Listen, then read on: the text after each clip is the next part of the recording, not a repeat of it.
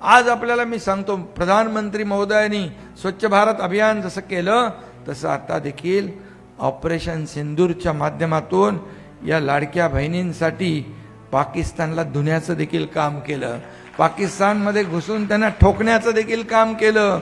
नया भारत आहे, घुसके मारने वाला भारत आहे.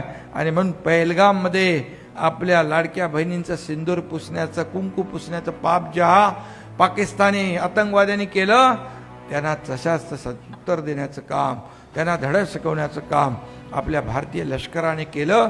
आणि त्या लष्कराच्या मागं उभं राहण्याचं काम प्रधानमंत्री नरेंद्र मोदीजींनी केलं.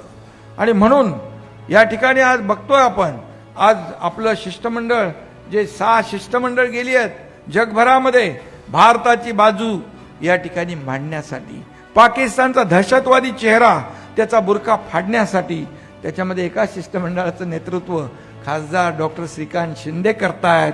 हे देखील आपल्यासाठी फार अभिमान आहे.